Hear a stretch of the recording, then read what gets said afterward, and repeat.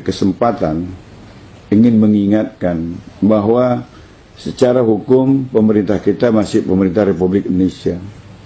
Secara politik ya memang mereka masih dipilih secara demokratis oleh warga negara Indonesia. Tapi secara sosiologis ada impossible hand yang mengendalikan jalannya pemerintahan dan kekuasaan politik di Republik ini. Ya, kita nggak tahu apa itu, tapi yang kita khawatir adalah munculnya kembali tanda-tanda kebangkitan PKI. Saya guru sejarah 12 tahun. Ya, penatar P4 saya 10 tahun. Saya peserta terbaik 1 penataran P4 tingkat nasional angkatan kelima di Sumatera Utara. Saya terbaik 1. Kenapa? Karena saya bisa menjelaskan Pancasila itu dengan data sejarah. Nah, kenapa saya yang khawatir adalah kebangkitan PKI? Begini, dulu ketika PKI akan bangkit, kondisi yang terjadi sama seperti sekarang. Harga-harga kebutuhan begitu mahal. Dan kesempatan bekerja begitu sulit. Apa yang terjadi kalau kerja sulit, kebutuhan mahal?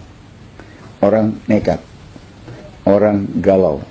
Situasi ini sangat subur untuk diprovokasi ke arah kepentingan sang provokator. Ya, jadi waktu tahun 64 menjelang 65 seperti ini. Sekarang juga berulang. Saya khawatir ini dilakukan oleh kelompok yang sama, PKI. Karena orang yang kesulitan, orang galau itu sulit untuk disatukan. Seperti daun kering, nggak bisa diikat. Yang susah, yang paling mudah dibakar, diprovokasi. Nah, ini kondisi yang memang mereka ciptakan. Jadi penguasaan ekonomi di segala sektor. Kita terkejut ketika Bank Dunia mengeluarkan data. Perekonomian Indonesia hari ini hanya berada di tangan 10 jari dari 2 tangan manusia. Jadi mungkin 9 naga tambah 1, kita nggak tahu. Seperti itu. Nah, ini kan mereka bisa men-setting apa saja. Mereka bisa men-setting apa saja. Lapangan pekerjaan kasih sama siapa, mereka bisa. Sekarang dikasih sama imigran-imigran Tiongkok. Legal maupun yang ilegal. Dulu sih boleh kasih pekerjaan sama orang asing. Tapi dalam rangka transfer teknologi. Sekarang pekerjaan kasar yang cuma bisa dikerjakan oleh bangsa kita yang nggak sekolah itu pun mereka ambil alih. Akhirnya bangsa kita kehilangan lapangan pekerjaan.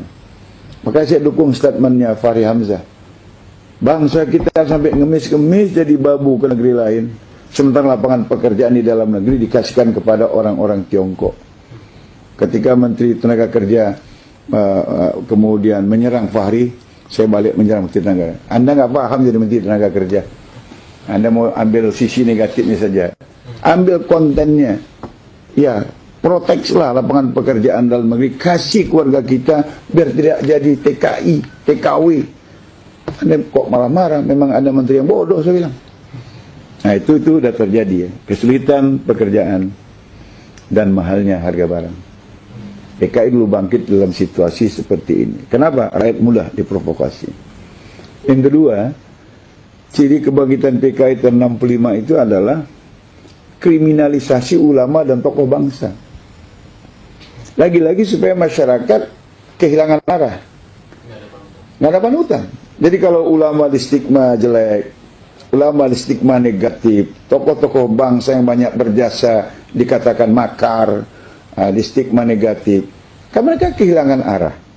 Karena tidak punya lagi panutan. Ini juga situasi yang diinginkan PKI. Kemudian pada masa lalu juga ada pendataan ulama. Terutama di Pulau Jawa. Dan setelah didata, rata-rata ulama itu matinya tersembelih. Ya? Dan sekarang mungkin penyembelihan secara fisik, orang berpikirlah untuk melakukannya. Tapi penyembelihan secara ideologi, penyembelihan secara spirit, sehingga para ulama tidak lagi bersuara lantang untuk menyatakan kebenaran dan keadilan, itu pasti sudah terjadi. Karena ulama-ulama yang punya suara lantang ini sekarang itu dikriminalisasi. Jadi didata. Ada orang bilang kan nggak salah ulama didata, Romo. untuk meningkatkan kualitas. Ya benar, kalau yang mendata majelis ulama. Kalau yang mendata polisi, masa iya diajari nembak ulama itu, saya bilang. Diajari nangkap orang. Ya tujuannya impossible hand. Dan ini pernah terjadi di masa kebangkitan PKI tahun 65. Kemudian yang keempat, ada pemberangusan ideologi Islam.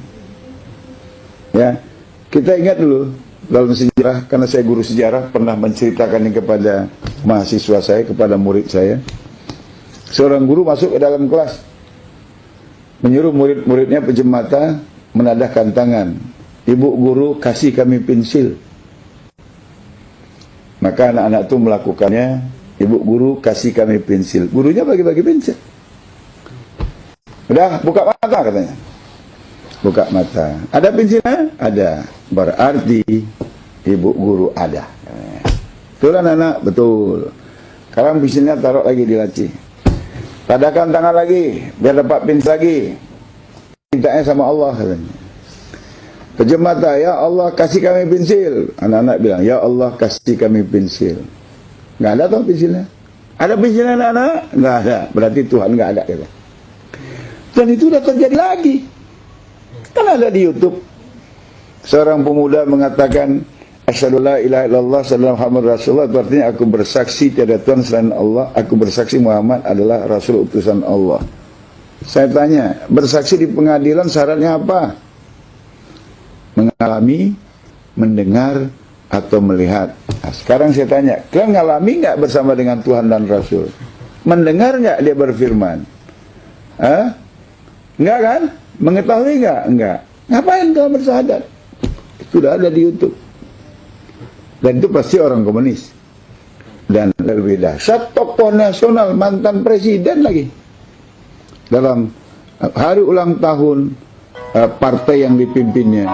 Kemudian dengan lantang mengatakan bahwa jangan menganut ideologi tertutup. Apalagi sampai percaya pada akhirat. Akhirat itu ramalan masa depan. Pertanyaannya, apa udah ada orang yang pulang dari akhirat? Begitu? Kan sama ini. Pemberangusan.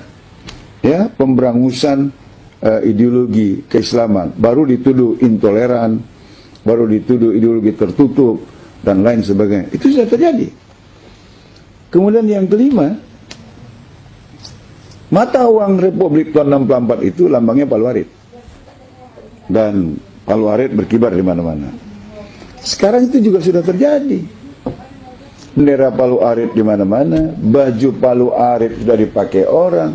Aku bangga jadi anak PKI sudah ditulis orang. Dan uang baru, pecahan 5.000, 10.000, 20.000, 50.000, 100.000, bacaan BI dengan cat yang terputus-putus. Kalau kita rekonstruksi, ya memang Palu Arit lagi. Lengkap ya, lengkap itu sudah apa ciri-ciri kebangkitan PKI. Makanya saya khawatir ada impossible hand. Ya oke, memang pemerintah kita secara hukum masih pemerintah Republik Indonesia. Secara politik dipilih secara demokratis oleh rakyat Indonesia. Tapi kenapa kebijakannya seperti ini?